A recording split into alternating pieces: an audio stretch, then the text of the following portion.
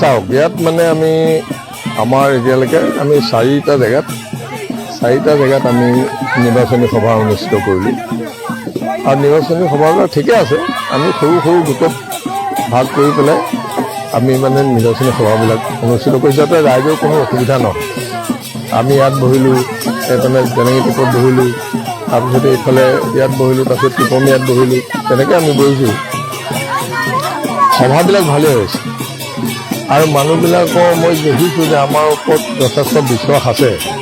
মানে কংগ্ৰেছৰ মানে অইন ৰাষ্ট্ৰীয় দল যিবোৰ আছে, ৰাষ্ট্ৰীয় দলবিলাকৰ ওপৰতো তেখেতসকলৰ ইমান বিশ্বাস যে নাই, এইটো মানে কৰিব পৰা হৈছে। আৰু অন্য যিবোৰ দল, সেইবোৰ দলৰ মানে এতিয়া কালি পৰহি আহিছে কিছুমান দল, ধৰক তাহাঁতক টোপনি ঠিক পাই নাই, তাহাঁতক খোজটোৱে মানে বৰ মজবুত হোৱা নাই। এতিয়া আমিতো আৰু পুৰণা দল 85ৰ পৰা আছোঁ, এতিয়া সেইকাৰণে ৰাইজৰ লগত আগৰ পৰাই চা চিনাকি আছে। এতিয়া নতুনকৈ চিনাকি হ'বলগীয়া হোৱা নাই।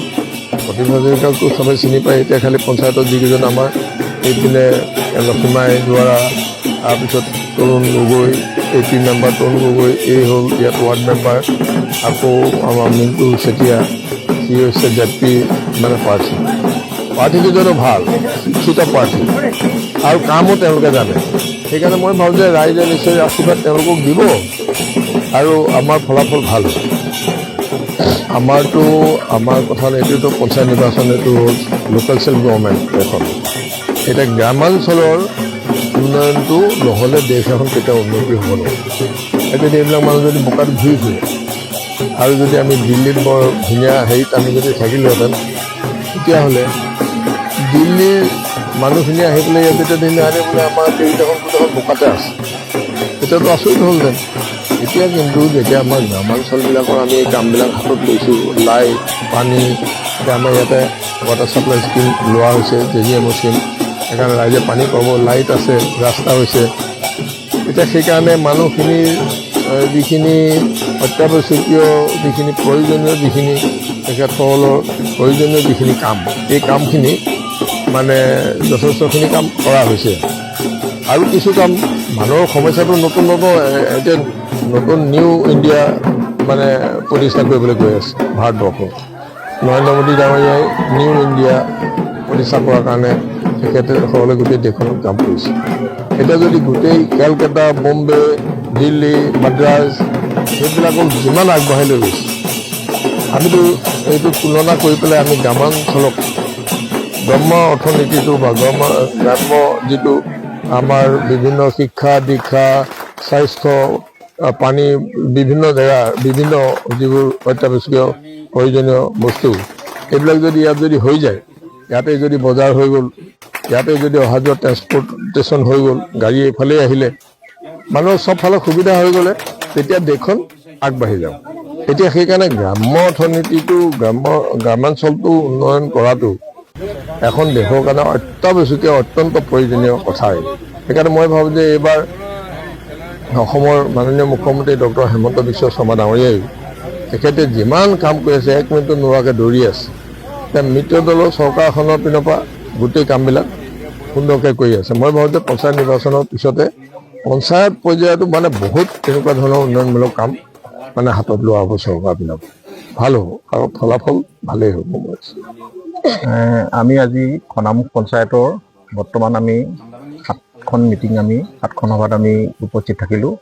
আমি 7খন সভাত উপস্থিত থাকি আমাৰ ৰাইজৰ যি বিপুল সঁহাৰি দেখিলোঁ, আমি জয়যুক্ত হ'ম জকাইচুক জিলা পৰিষদৰ পৰা 100% নিশ্চিত।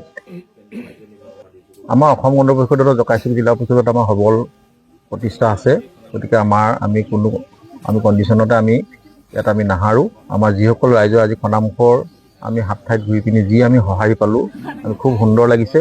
আমি মোকালনিত গ'লোঁ, মোকালনিত যি আমাৰ মিচিং ভাইসকল আছে, তেওঁলোকে যি সঁহাৰি দিছে পূৰ্ণ সমৰ্থনে তেওঁলোক গোটেইবিলাক ৰাস্তালৈ ওলাই আহিছে। গতিকে তেখেতসকল থাকোঁতেও আমাৰ ইয়াত এতিয়া আমি এতিয়া কি কয় 9 নং ৱাৰ্ডত আমি উপস্থিত আছোঁ। আমাৰ মুছলমান ভাইসকল আছে, তেওঁলোকে যি আমাক পূৰ্ণ সমৰ্থন জনাইছে। আমি জকাইচুক জিলা পৰিষদ যে আমি জয়ী হ'ম সেইটো 100% নিশ্চিত। আমাৰ এগেইনষ্টত যিকেইজন প্ৰতিদ্বন্দ্বীয়ে প্ৰতিদ্বন্দ্বিতা কৰিছে, মই প্ৰথমে সকলোলৈকে মই শ্ৰদ্ধা জ্ঞাপন কৰিছোঁ। আপোনালোকে চাওক, ৰাইজৰ দলৰ এজন প্ৰতিনিধি আছে, তেখেতক ময়ে চিনি নাপাওঁ, মোৰ একেবাৰে কাষৰ পঞ্চায়তৰে। আৰু বিশেষকৈ আমাৰ কংগ্ৰেছ দলৰ এজন কাৱমাৰী পঞ্চায়তৰ এজন প্ৰাৰ্থী আছে, তেখেতলৈ মই শ্ৰদ্ধা নিবেদন কৰিছোঁ। খুব ভাল মানুহ তেখেতে, ৰাইজৰ মাজত থাকে, কিন্তু তেখেতৰ ভোট যুঁজত তেখেতে জয়ী হ'বলৈ চেষ্টা কৰিব আৰু মোৰ ভোট যুঁজতো মই জয়ী হ'বলৈ মই চেষ্টা কৰিম। আৰু বিশেষকৈ আমাৰ ভাৰতীয় জনতা পাৰ্টীৰ যিজন প্ৰাৰ্থী আছে, মই ভাৰতীয় জনতা পাৰ্টীৰ দলটোক মই সন্মান জনাওঁ, এটা সৰ্ববৃহৎ ৰাষ্ট্ৰীয় দল, কিন্তু তেখেতৰ যি প্ৰাৰ্থিত্ব সেই প্ৰাৰ্থিত্বক মই সমৰ্থন নজনাওঁ।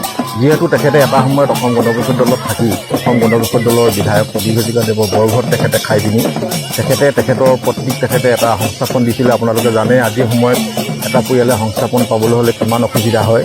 গতিকে সংস্থাপন পোৱাৰ পিছত এটা পৰিয়াল কিমান ঠন নদন বদনকৈ তেখেতে ওলাই যাবলৈ সক্ষম হয়। তেখেতে সেই সময়ত বিধায়ক মহোদয়ৰ পৰা এটা চাকৰি লৈ পিনি তেখেতৰ পত্নীক দিছিলে। তাৰপিছত তেখেতে অসম গণ পৰিষদ দলৰ পৰা তেখেতে হাতীঘূলি আঞ্চলিক পঞ্চায়তৰ পৰা তেখেতে প্ৰতিদ্বন্দ্বিতা কৰি পিনি তেখেতে ৰাইজৰ সেৱা আগবাঢ়িবলৈ সক্ষম হৈছিলে। কিন্তু তাতো তেখেতৰ বহুতো প্ৰতিষ্ঠান বিৰোধী ঢৌ আছে। তেখেতে কোৱা শুনিছোঁ তেখেতে ৰাইজৰ কাম কৰিবলৈ আগবাঢ়ি আহিছে বুলি। তেখেতক অলৰেডি আমাৰ ৰাইজে তেখেতক এটা সময়ত তেখেতক এটা সুবিধা দিলেই, কিন্তু সেই সুবিধাখিনি তেখেতে গ্ৰহণ কৰিব নোৱাৰি। সেই সময়ত তেখেতৰ বহুতো দুৰ্নীতি আছিলে, সেই দুৰ্নীতিবিলাক আমি শুনিবলৈ পাইছিলোঁ। গতিকে তেনে এজন ব্যক্তিক আমি কেনেকৈ আমাৰ ৰাইজে সমৰ্থন কৰিব, সেইটো এটা প্ৰশ্নবোধক প্ৰশ্ন। আৰু বিশেষকৈ তেখেতে আমাৰ কা আন্দোলন হৈছিলে, ভাৰতীয় জনতা পাৰ্টী আৰু অসম গণ পৰিষদে আমাৰ কা সমৰ্থন কৰিছিলে। সেই সময়ত তেখেতে অসম গণ পৰিষদ দলৰ পৰা কা সমৰ্থন কৰাৰ বাবে তেখেতে দলৰ পৰা ওলাই গৈ তেখেতে অসম জাতীয় পৰিষদত তেখেতে যোগদান কৰিছিলে। কিন্তু শেষ মুহূৰ্তত তেখেতে তেওঁ নিজৰ পন্থাটো এৰি পিনি তেখেতে আকৌ ভাৰতীয় জনতা পাৰ্টীত তেখেতে যোগদান কৰি পিনি তেখেতৰ যি আত্মবিবেক আছে সেই বিবেকক তেখেতে ভৰিয়ে মোহাৰি পিনি তেখেতে আকৌ ভাৰতীয় জনতা পাৰ্টীত তেখেতৰ স্বাৰ্থ সিদ্ধিৰ বাবে তেখেতে আহি পিনি এতিয়া প্ৰাৰ্থিত্ব আগবঢ়াই তেখেতৰ স্বাৰ্থ সিদ্ধি কৰিবলৈ আগবাঢ়িছে। গতিকে তেনে এজন ব্যক্তিৰ লগত আমাৰ কিবা প্ৰতিদ্বন্দ্বিতা হ'ব বুলি মই আশা কৰিব নোৱাৰোঁ। আমাৰ মূল প্ৰতিদ্বন্দ্বী হ'ব আমাৰ কংগ্ৰেছ।